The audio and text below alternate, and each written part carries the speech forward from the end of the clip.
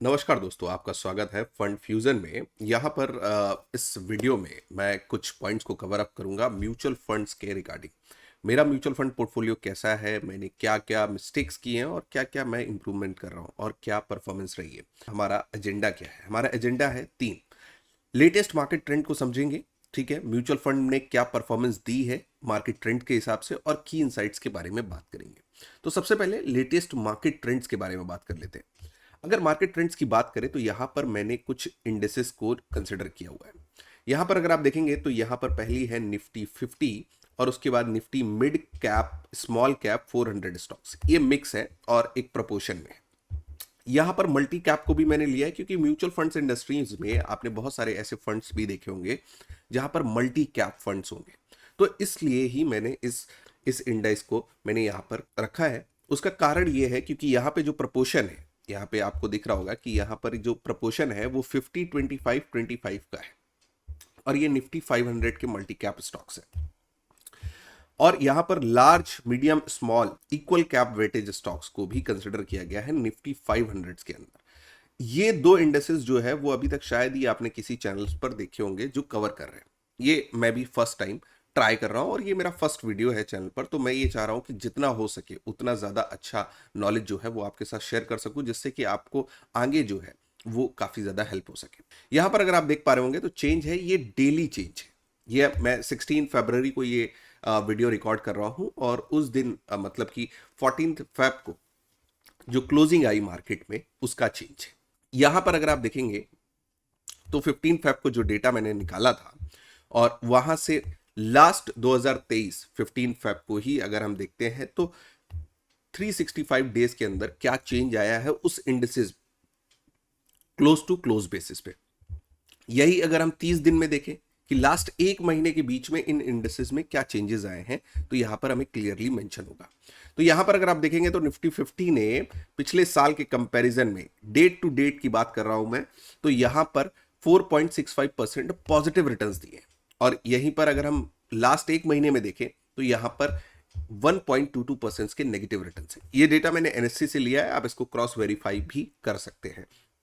अगर यहां पे मिड स्मॉल कैप 400 को देखें तो 0.23 पॉजिटिव रिटर्न्स है एक साल के अंदर, और अगर हम इसको एक महीने में देखें तो 9.54% का नेगेटिव रिटर्न्स है, जो कि अभी तक इन चार इंडेसेस में सबसे ज्यादा है। यहां पर अगर मल्टी कैप को देखें तो मल्टी कैप ने भी एक साल में 2% के पॉजिटिव रिटर्न्स दिए हैं और यहां पर 30 डेज के अंदर 6% जो है वो नेगेटिव भी होता हुआ नजर आया। उसके बाद लार्ज मीडियम स्मॉल को इक्वली वेटेड अगर इंडेसेस को देखते हैं तो यहां पर 1.21% जो है वो पॉजिटिव रिटर्न्स दिए हैं, हालांकि 30 दिन के अंदर 7.4% नेगेटिव है। तो सबसे ज्यादा जो मार्केट में गिरावट देखने को मिली है लास्ट एक महीने के अंदर वो हमें मिड टू स्मॉल कैप में देखने को मिली है। अब चलिए हम थोड़ा सा सेक्टर को भी एक बार एनालिसिस कर लेते हैं कि सेक्टर के अंदर क्या हुआ है। तो यहां पर हम सेक्टर्स की तरफ चलते हैं, तो यहां पर सेक्टर्स की भी इंडेसेस को मैंने कंसिडर किया हुआ है। सेम डेटा है हमारे पास। डेटा मतलब यहां पर अगर हम निफ्टी बैंक को देखते हैं तो Nifty bank last trading day पर 0.53% नेगेटिव रहा है। हालांकि अगर आप देखेंगे तो सारे ही इंडेसेस जो है वो नेगेटिव है, बट यहां पर एक साल के अंदर अगर आप देखेंगे तो यहां पर थोड़े से चेंजेस आपको देखने को मिलेंगे। चेंजेस क्या है? निफ्टी बैंक ने 6.23% नेगेटिव की जगह पे पॉजिटिव रिटर्न्स दिए हैं। निफ्टी ऑटो देखते हैं तो 10.5% के आसपास 10.45% जो है वो पॉजिटिव रिटर्न्स दिए हैं। निफ्टी फाइनेंशियल सर्विसेज देखते हैं तो 13.57% दिए हैं। निफ्टी एफएमजीसी में 0.34 नेगेटिव रिटर्न्स हैं एक साल के अंदर। निफ्टी आईटी में 8.71% है और जो कि एक पॉजिटिव रिटर्न है, बट निफ्टी मीडिया 13.39% है। ये निफ्टी मीडिया का जो सेक्टर है इसको मैं पर्सनली एक डेडिकेटेड वीडियो में कैटर करना चाहता हूं। निफ्टी मेटल्स को अगर हम देखते हैं तो 3.5% जो है वो पॉजिटिव रिटर्न्स दिए हैं एक साल के अंदर, और यहां पर अगर हम निफ्टी फार्मा को देखते हैं तो 12.08% पॉजिटिव है और पीएसयूज बैंक ने 17 मतलब ऑलमोस्ट 18% के नेगेटिव रिटर्न दिए हैं एक साल में, और निफ्टी प्राइवेट बैंक्स में 6.33% पॉजिटिव रिटर्न्स है और निफ्टी रियलिटी में 4.37% से नेगेटिव रिटर्न्स है। हेल्थ केयर को अगर हम देखते हैं तो 11.88% पॉजिटिव है और कंज्यूमर ड्यूरेबल्स को देखते हैं तो 13.52% है। ऑयल एंड गैस को देखते हैं तो नेगेटिव 17.39% है। ये ईयरली रिटर्न्स है। तो यहाँ पर सबसे ज़्यादा पिटाई जो है वो निफ्टी मीडिया में हुई है। हालांकि निफ्टी ऑटो में भी एक महीने के अंदर 2.5% से ज़्यादा की मंदी देखने को मिली है और एफएमजीसी में 4.34% हुआ है। निफ्टी आईटी में भी 4 से 5% के आसपास की गिरावट देखने को मिली है और हालांकि फार्मा में भी काफ़ी कुछ गिरावट देखने को मिली है। हालांकि मेटल में ज़्यादा तोड़ाई नहीं हुई है और अभी भी ईयरली में भी पॉजिटिव है मेटल और 30 दिन के अंदर 1% डाउन हुआ है इंडेक्स। प्राइवेट बैंक्स जो हैं अगर हम देखते हैं तो वो पॉजिटिव रिटर्न्स में है और पीएसयूज जो है वो नेगेटिव रिटर्न्स दिए हैं 4.1। निफ्टी रियलिटी में 9.7% नेगेटिव है मंथली बेसिस पे और ईयरली बेसिस पे भी 4.3% नेगेटिव है। हेल्थ केयर नेगेटिव है और यहाँ पर कंज्यूमर ड्यूरेबल्स 9.75% जो है वो नेगेटिव है। इसके पीछे काफ़ी सारे फैक्टर्स काम करते हैं जिसकी बेसिस पे यहाँ पर जो आपको गिरावट देखने को मिल रही है ये टाइम टू टाइम चेंज भी होती है। चलिए आगे बढ़ते हैं और आगे हम समझते हैं मेरे म्यूचुअल फंड्स जो मैंने इन्वेस्ट किया है और उसके ऊपर क्या हमको रिटर्न्स मिल रहा है। तो यहाँ पर अगर आप देख पा रहे होंगे तो यहाँ पर मेरा जो पोर्टफोलियो करंट वैल्यू जो है वो 2,48,306 रुपए है, जहां पर मैंने इन्वेस्ट किया है 2,21,667 रुपीज।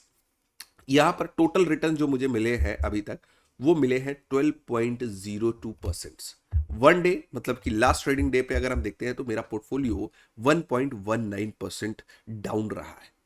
एक्सएसआर देखते हैं तो 9.38 है जो कि एक अच्छा नंबर अभी तक दिखता नजर आ रहा है क्योंकि मार्केट में एक बहुत बड़ा सेल ऑफ आ चुका है। ऑलरेडी इंडेसेस जो है 10 से 12% टूट चुके हैं अपने हाई से।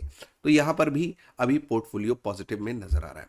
करूंगा चलिए अभी ये तो आपको मैंने एक ओवरव्यू दिया अपने इन्वेस्टमेंट्स का। अभी इन्वेस्टमेंट को किस किस सेक्टर्स में कितना परसेंट मैंने एलोकेट किया हुआ है और मैंने क्या मिस्टेक्स की हैं और किस तरीके से मैं और आने वाले टाइम में इसको चेंज करने वाला हूं। इक्विटी का एसेट एलोकेशन मेरा क्या है, ठीक है। कंपनी वाइज मैं किसी और दिन बात करूंगा बट अभी अगर आप देखेंगे तो फाइनेंशियल्स में मेरा 29.25% जो है वो पैसा लगा हुआ है। यहां पर अगर सर्विसेज ओरिएंटेड कंपनीज को देखें मतलब सर्विस ओरिएंटेड जो म्यूचुअल फंड्स है या कंपनी है उनमें जो पैसा लगा है वो 8.92% है। एनर्जी में अगर देखते हैं तो 8.19% है। ऑटोमोबाइल में 7.34% है। टेक्नोलॉजी में 6.75% है। उसके बाद का जो है वो अदर सेक्टर्स में भी डाइवर्सिफाइड है। बट अभी देखिए यहां पर जो मैंने मिस्टेक की, यहां पर जो बड़ा पैसा मेरा जा रहा है वो फाइनेंशियल्स में जा रहा है और financials is the most volatile sector in the market. तो अभी इन्वेस्टर्स के लिए टिप्स क्या है और स्ट्रैटेजी क्या है मार्केट में बने रहने के लिए, यहां पर डाइवर्सिफिकेशन जो है वो सबसे बड़ी चीज है।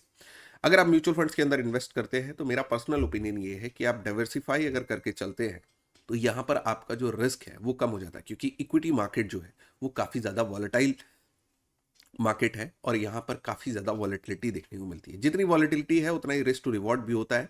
तो यहाँ पर मेरी राय ये रहेगी इन्वेस्टर्स को, चाहे आप नए हो चाहे आप पुराने हो, तो यहाँ पे एक एसआईपी जो है वो आप कर सकते हैं जिसमें कि वॉलेटिलिटी जो है वो लॉन्गर रन में आपको नहीं देखने को मिलेगी। एक लीनियर रिटर्न्स जो है वो देखने को मिलेंगे और एक स्टैटिक आपका पैसा टाइम टू टाइम इन्वेस्ट होता रहेगा। आज की वीडियो में सिर्फ इतना ही, मिलते हैं किसी और वीडियो में, तब तक के लिए गुड बाय।